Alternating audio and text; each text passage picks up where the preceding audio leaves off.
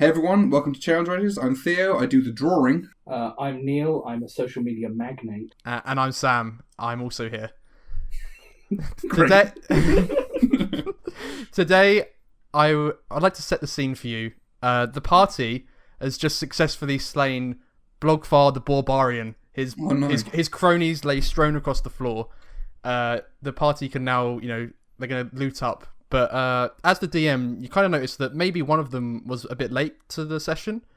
Maybe another one kind of like was talking through your description of the cave system. You're a little bit annoyed, and you notice that there's another new treasure chest at the back of the room now. Yeah. So you can poke your party towards that, and it might have a nice surprise for them. It might be a mimic. Ooh, a classic, a good monster. I like it. I'm happy to do a mimic now. Okay, first I will just say straight up, I'm going to be sketching in blue, light blue. I think it's blue, might be purple, because it's kind of blue. Lavender. Yeah, lavender. Because black on white is quite harsh on the eyes. No one's complained about it, but someone might appreciate me doing this. I know I might. Right. Okay. We're always in search of perfection here. Exactly. Right, so mimics. Yes. They, from what we all know, take on the form of treasure chests.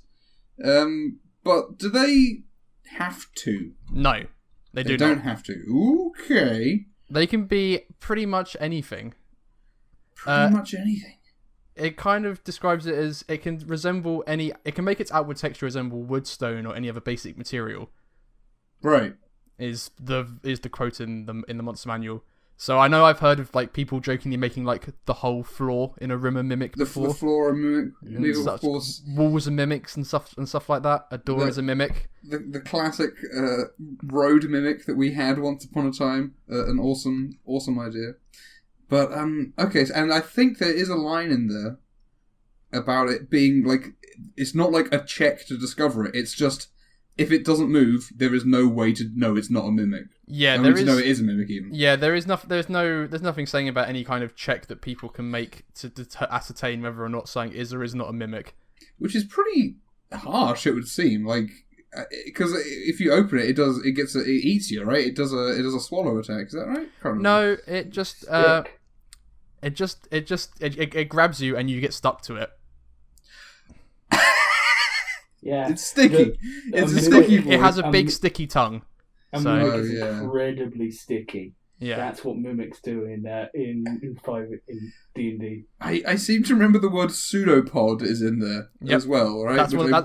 That's an action it can take, which is not even a real pod. Yeah, not even a proper pod. Of course, pretend pod. Pod here, of course, I believe meaning foot or something in Latin. I've not done Latin for a while. Like blobby tentacle is like always what I always think. Oh, yeah, but that's because it's a pseudopod. Yeah, exactly. It's basically a big tongue tentacle. It hits like a kind of normal attack, but if a target is subjected to is hit, then it's subjected to its adhesive trait.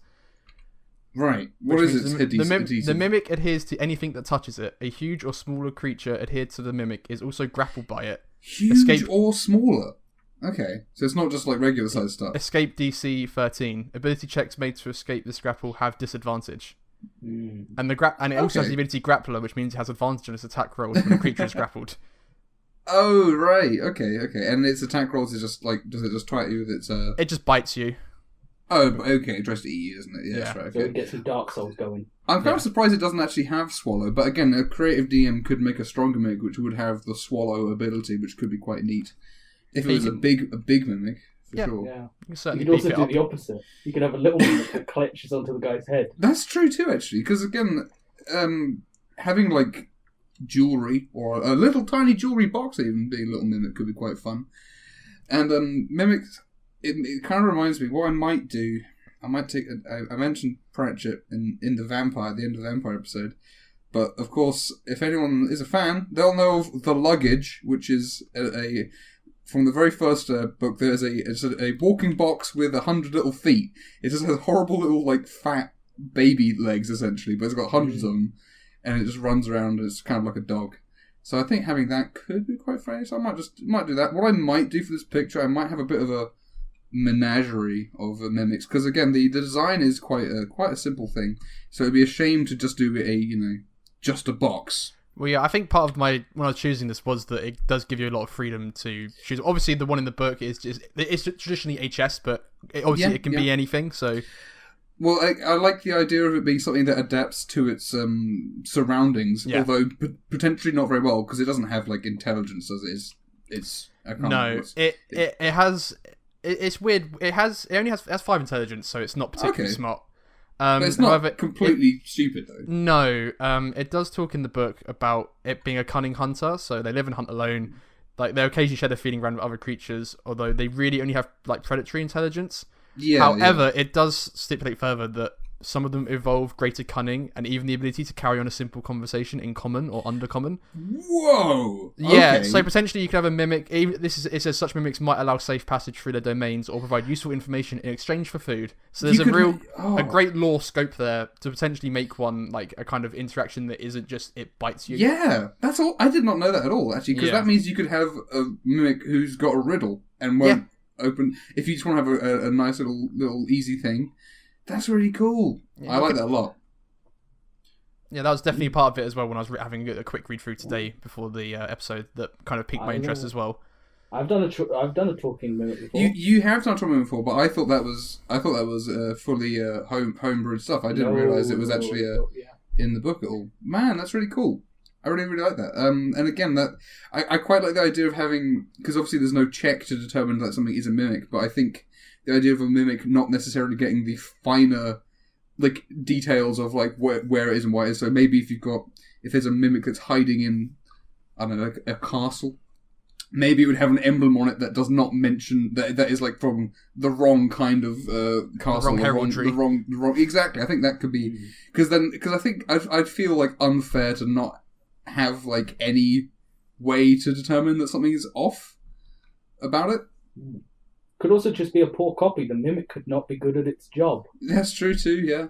Like, again, having them be intelligent is actually more intelligent than I realised. Is actually quite cool. Because it means by having them have any intelligence, it means they can have like realistic stupidity as opposed to just being being stupid. I think another way that just kind of popped into my head that you could maybe make the mimic obvious without being too obvious, obviously, because you can be checked, is if say you're going through like a cave or you end up backtracking, you could like it, not you wouldn't say like it could be there when they come back. You wouldn't say oh you're going to the room and there's a chest, but if they go like to one side of the wall or something, you could be like oh it's just like the door's just beyond the chest, and if they don't recall that it wasn't there before. Oh yeah, that's cool. See what I mean? Like if it'd be a very good play from the DM to do that of like out making it too obvious. If you know what I mean? Exactly, yeah. Being inconsistent, exactly, as it were, with that information deliberately. That could be quite fun. Like maybe on a physical one, like if you're doing it online, when they return, just have it like grayed out something, and then have it there, and then they might not have remembered. So they might go, oh, it's just a chest, and we didn't open it. There's a very good manga Japanese comic book for all you jocks out there. Called Delicious in Dungeon, which is about people cooking in dungeons and mimics. It's quite cool for having like very unique ideas on all monsters, and that mimics are basically hermit crabs that live in boxes, and obviously try to get you. Oops, wrong select tool. But obviously the D&D one is what we are drawing here. I'm not trying to. It's going to be sticky no matter what it is. That's for sure. Now, what I like about the box mimic so far is I like that you can see it clearly gets where it's going. Like I can imagine it worming its way around. Well, yeah, I mean, it's got to get in. As Sam was saying, it's a stealth thing, but that doesn't mean it has to be good at sitting still, but it also has to be good at getting around quickly. It wants to get into those hot zones of activity. Because there are a lot of D&D monsters that's trait is they look like something else.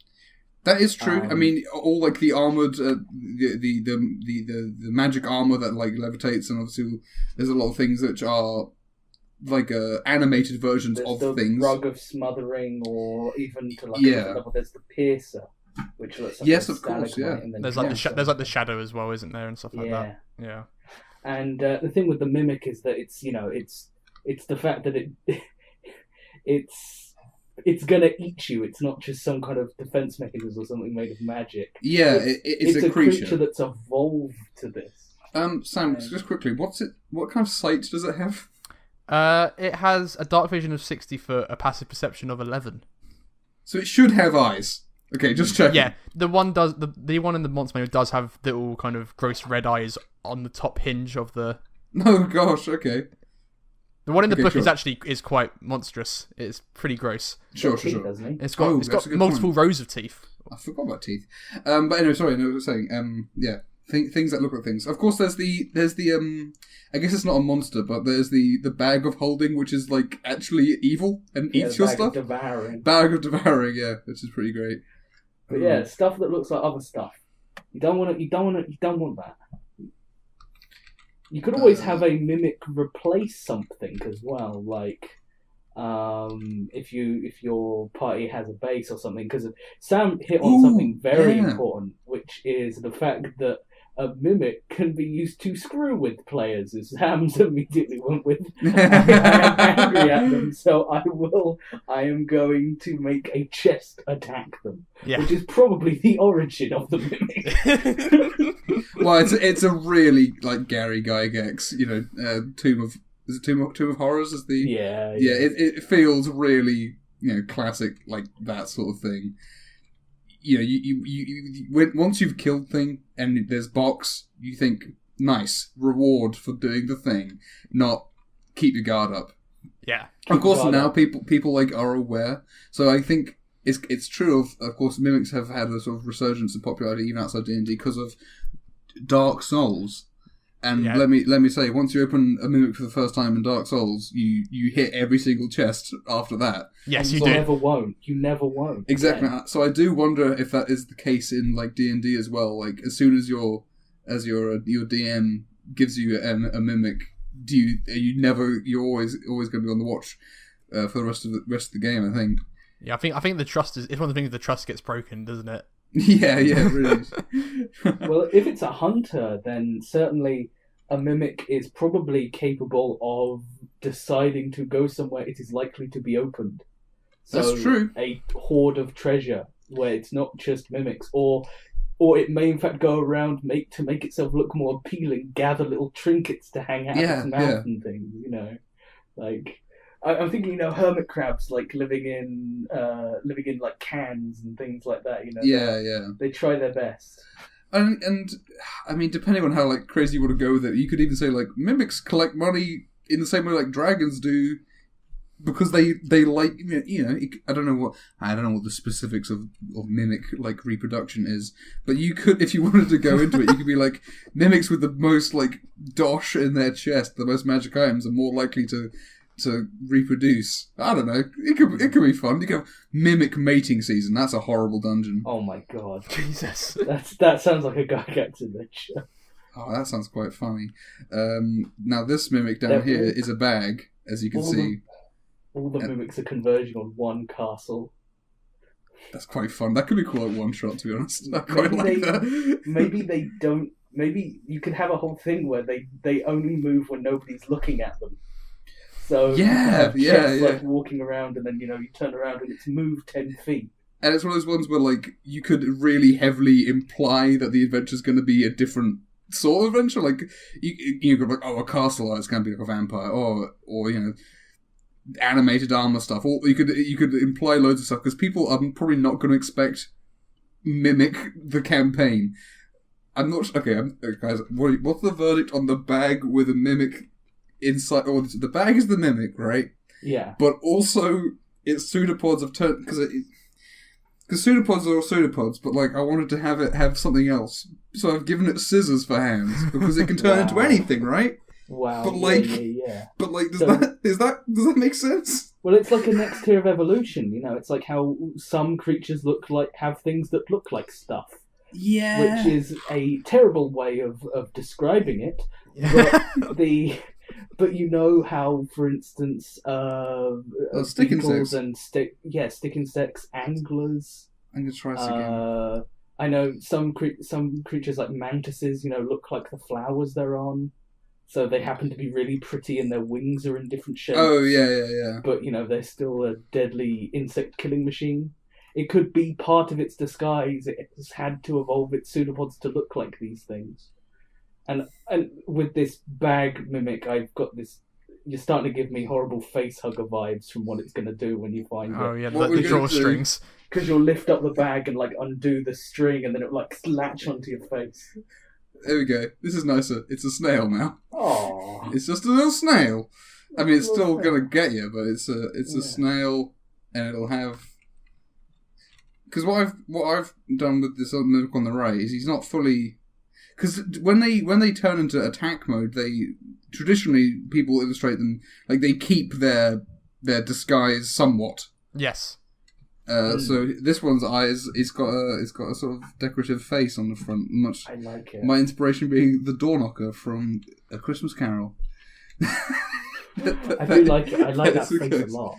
Yeah, I think that's because obviously it does describe that they have in their true amorphous form is but I don't think I've ever seen that even attempt to be depicted ever. When they're just not trying to emulate anything. Yeah, it's just a blob of tentacles, I guess. I suppose. Could even just be a blob. Yeah, I mean. Yeah. There's plenty of blob enemies. We're talking about things that look like other things. Let's talk about things that look like blobs. There's a lot of blobs in D&D. Jellies and oozes.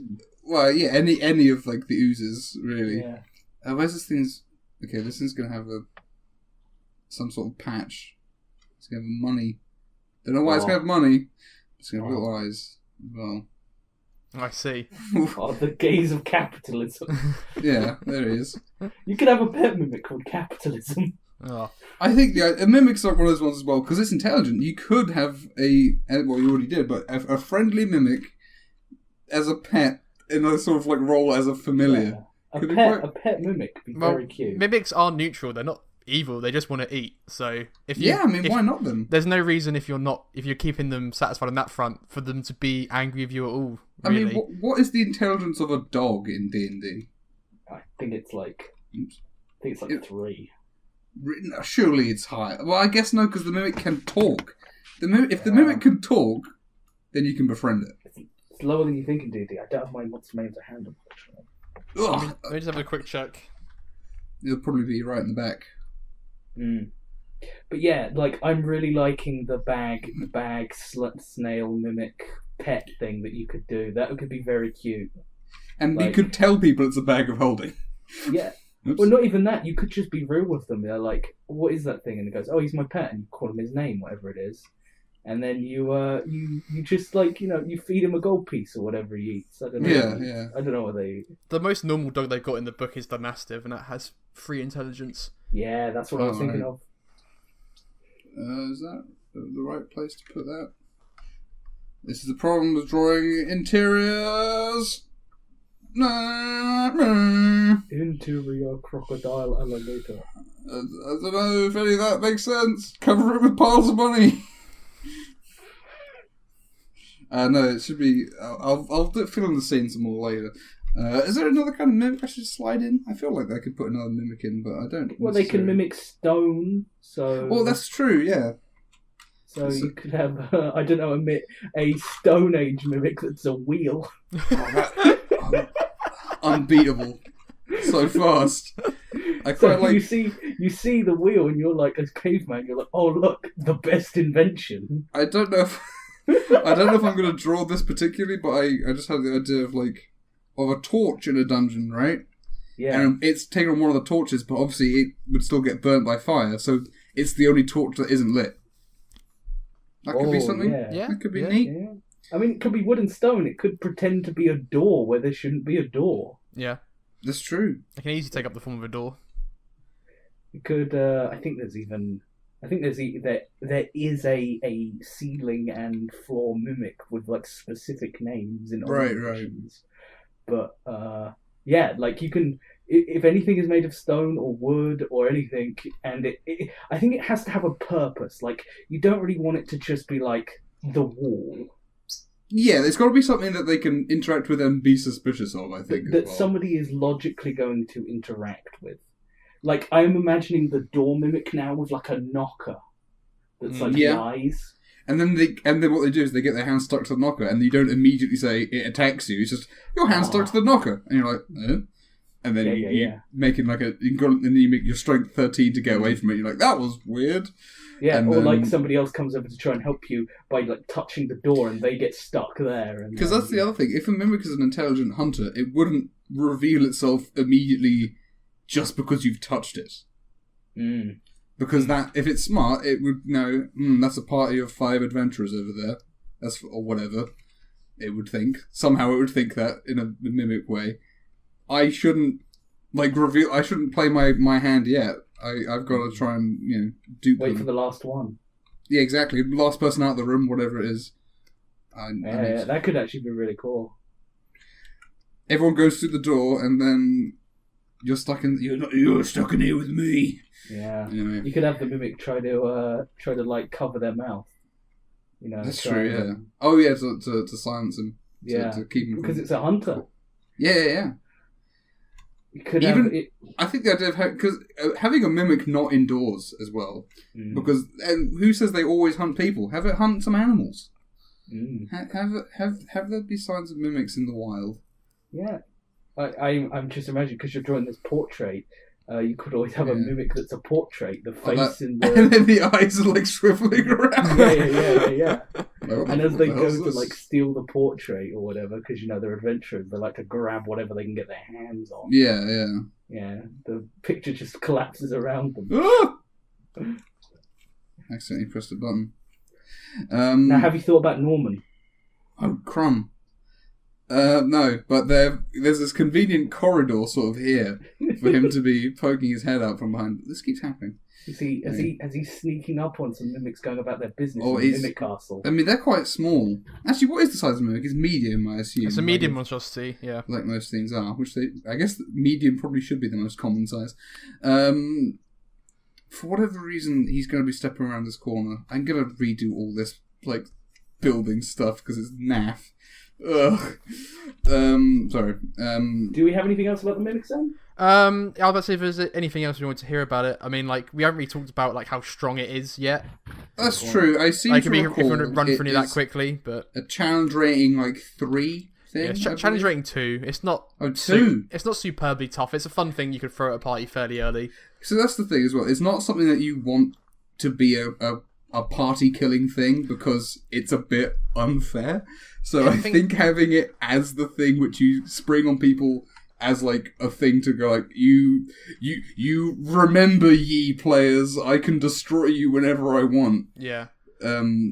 Remember the apple. I don't think it's been looking at it like what it can do. I don't think it's really been designed to be that. Like it can only do one attack a round, and its bite does an average of 11, which is it'll get you at low level. When it hits, it will get you, but it's not too strong. It hits hard for what it is. Yeah, it can get that sneak attack in. But if it's something that like you've set up and you know it is in the room and the party happens to engage with it during another combat or whatever, it could definitely be a big issue. On its own, it's got an armor class of 12. It has 58 hit points. I don't think it's going to be lasting too many rounds against the full party focusing on it. It's an event. It's an event, exactly. Definitely. Yeah. And it does mean that your party will double check every single thing you put in front of them from then on. Yeah. Could also be a hint that maybe some guy is not quite what he seems. He's a regular dude. The thief decides to steal his house, and as the thief is in there, and you're like, "Oh, stop stealing stuff." You can have him open a mimic, and it's like, "Oh my god, that guy might not be quite what he seems."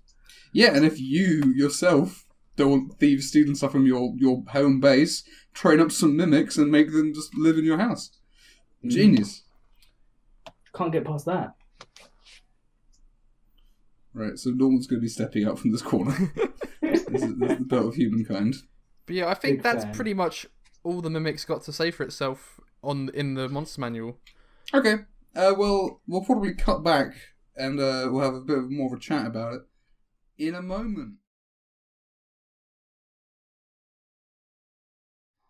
Look at that boy. He's the... I hate drawing interiors. I'm never going to do it again, except I will because I should practice them. But yeah.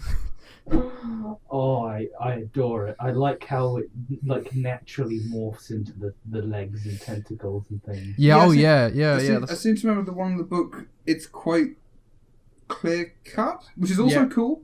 Yeah, it's quite abrupt. It's very obviously like in the book has like a bottom to the chest, and then just kind of has the other bits just kind of happen underneath it. Yeah. I like how you made like the insignia on the front its face.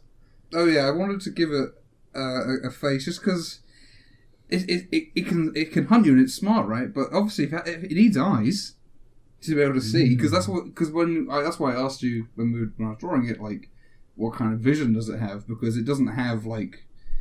Oh yeah. It just has regular vision. I seem to remember. It might have dark vision as well, actually. Yeah, I think it had dark vision. Most things do in the book, to be honest. So yeah, Those obviously, things live in the dark. yeah, exactly.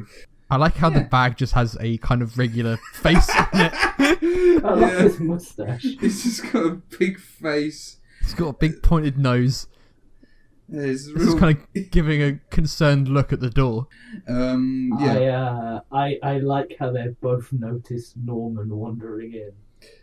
Yeah, I mean, he obviously, hopefully for them, they're probably gonna just in time revert into being just a chest and a bag full of money, loads of money, a disgusting amount of gold. Oh, they're picking it up and sticking it in their big gullets. Luckily for Norman, no one remembers carry weight rules in D&D.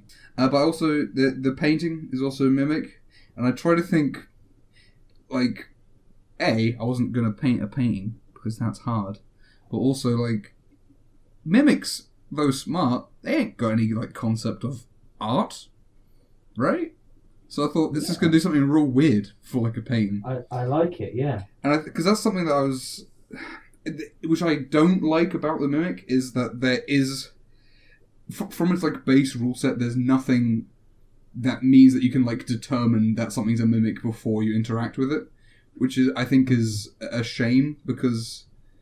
I mean, we'll get into like what we do and don't like about a bit more detail, but like, I think it's a shame that it is just basically a tool for like going, haha, got you, it's a mimic. I think the idea of having it be something that, like a careful player thinking about like, this is weird, like, and obviously this just comes down to DM discretion, but like, why is this like that? Again, like, why has this chest got a face on the front? Having little bits like that, I think, is what would make a mimic. Really stand out, but again, it's not really something that's within any of the rules. It's like the tells with gelatinous cubes, the ground is exactly, yeah. I would say that maybe you could still give those cues, and while there isn't a role for it, there's nothing to stop a player from just burying a hatchet into it. Yeah. That's what I'm gonna bring up. That it's kind of a problem with the inherent problem with the mimic that I think it's going to make it a little lower than really something so iconic and fun should be. Yeah, again, it's something. It's such an iconic monster, but like as we were talking about before, it's like it's very much just a in the hands of, as with everything, the hands of a creative DM. It could be something a lot more than just something in the way. And again, because they're intelligent, you can have a lot of fun, especially with like a low level party, because they're tough. You wouldn't want to fight a mimic if you were a level 1 party necessarily. That'd be pretty tough. It could definitely you'd want to avoid that fight. Down people. So having one with like a riddle or something like that, anything like that, could be quite cool. Can I talk about the art for a second? Yeah, go nuts. I think this is John Carpenter's The Mimic. Like, why? Why would because you say of that? for instance, the head. Bag mimic is like the head in the thing. It does look like a practical effect, doesn't it? It is unpleasantly like rubber looking. Yeah. I was going to give it like the purple bluish face as well, but it didn't look very good, so I didn't. But and like the painting being a mimic, and like it's very. This is. You don't want to touch these things, otherwise you might turn into the thing. Is what I'm insinuating. And something which like. I kind of didn't realise that I was raising as an idea until basically just now, despite the fact what I drew. Whenever I think of mimics in like games and D&D, I think of them being like solitary, but there's no reason that they should be. No. And if they're intelligent hunting things, in real life, most intelligent hunting things are pack hunters. So the idea of having a lot of mimics could actually be really cool. I've had Neil DM me for quite a while, and I don't recall a mimic ever being used, and I just wanted to wonder why that is the case, and if you haven't used one, Theo, why you have never not used one. I planned to use a mimic, but what happened was I accidentally made the encounter before it 2 times harder than it should have been. So I initially did set up to be a mimic. I had be a dead mimic. That was sort of halfway through a transformation. Okay. I guess I'll put the art that I did for that on the screen cool art. now. Cool art. I have used mimics, but I have used mimics with you, Sam, but never a straight mimic. Chesty. Oh yeah, I guess he did not act in like a mimic at all. That is true. Yep, and I also did have a road that was a mimic. That's right, the road mimic was a very... That was an early... where the whole area was difficult terrain because your feet were sticking into the mimic. And each cobblestone was a separate one, wasn't it? Not just... There's just... And again, in like, the way they're used in something like Dark Souls is very different to what would be good in... Oh yeah, in a role-playing game. Like the two situations are very different, I think. I have also used them straight, like just use a mimic chest and all, but I had it as part of a puzzle. What I really want to see is a stronger mimic which has Swallow as one of its moves. I think that'd be... Come up with a greater mimic, yeah. Yeah, definitely. I think if you've got a real big mimic chest, I think the idea of it like just picking you up and swallowing is very fun. 5e's such a good basis for being a jumping off point. Mm-hmm. But most of the time is just a basis. Right, and like you look through that book and it gives you the mimic, it gives you what it does, but it doesn't tell you how to use it. Right? Yeah, that's true, like, actually. It tells you like this thing can be indecipherable to a chest, and that's a great little thing. It's up to you with nearly every other monster to do it. If you're using like the base book and rules, that was kind of the ethos of it, really. But yeah, in terms of numbers, I do like the mimic a lot. But I think the mimic as presented in the book, from its rule set and all that stuff, isn't as great as I'd like it to be.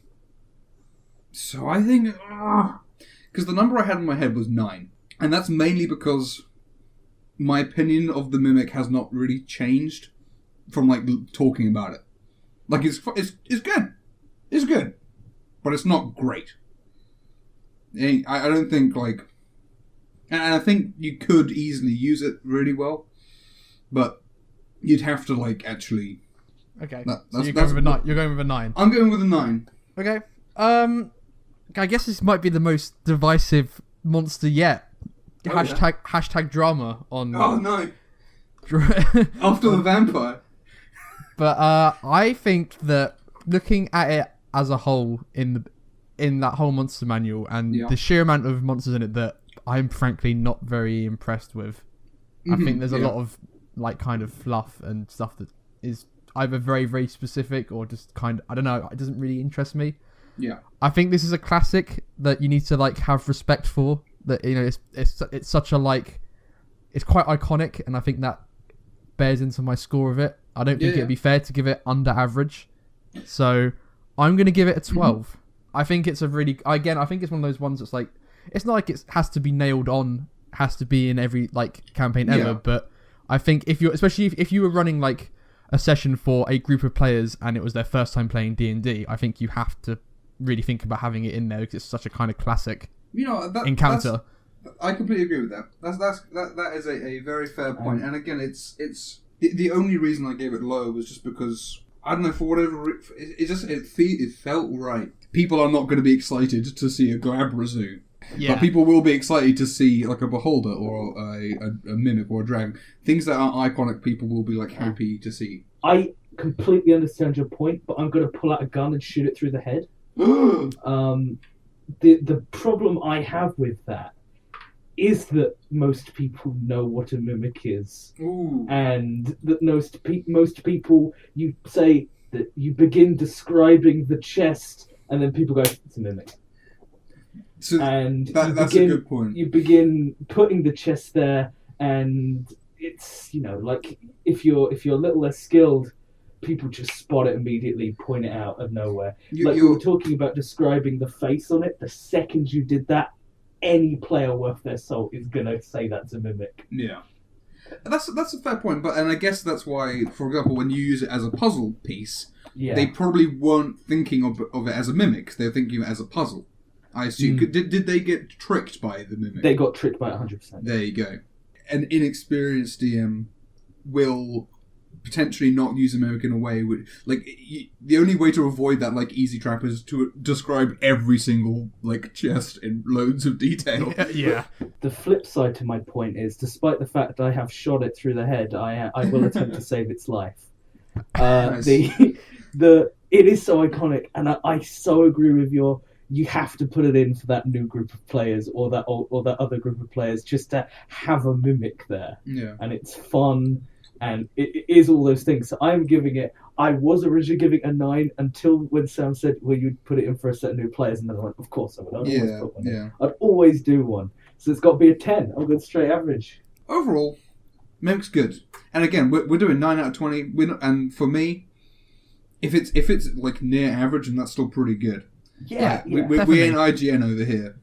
I think that above 10 is definitely use. 10 is above 15 is you want one of these. You want one of these. 10 to 15 is this monster's pretty good. You should probably put it in. Yeah. 5 to 10 is you know what? This has a use. It's fine. This has a use. You use it. Zwart and below, fuck it. Don't bother. That's the Mimic, everyone. Don't worry though about the subscribe button. That's completely real. Same as the bell notification. It won't try and eat you, I promise. The like button, however, is a mimic. The like button is a mimic. The dislike No. button... The dislike button is a mimic. Don't click that. Don't click that dislike. The dislike button's a greater mimic. It will instantly kill you. Yeah. It's cursed. Don't press that one. And you know what? I'm going to throw in something else. Add this to your favourites on and your watch later list. I've never seen anyone ask for that. That's the yeah, exactly. Nice. We're asking for new things now. We want to be the most watch-lated show. Yeah, the most put-off show on YouTube. Hey, if you feel like watching this later, at the very end of the video, just put it to your watch later. Don't worry about it. Use it or lose it. That's hard. Share it on your Google Plus accounts. Is Google Plus still a thing? I don't even know. I don't know. Well, I am the social media mogul right here. And I can confirm that I do not know. Phew. That was a close one.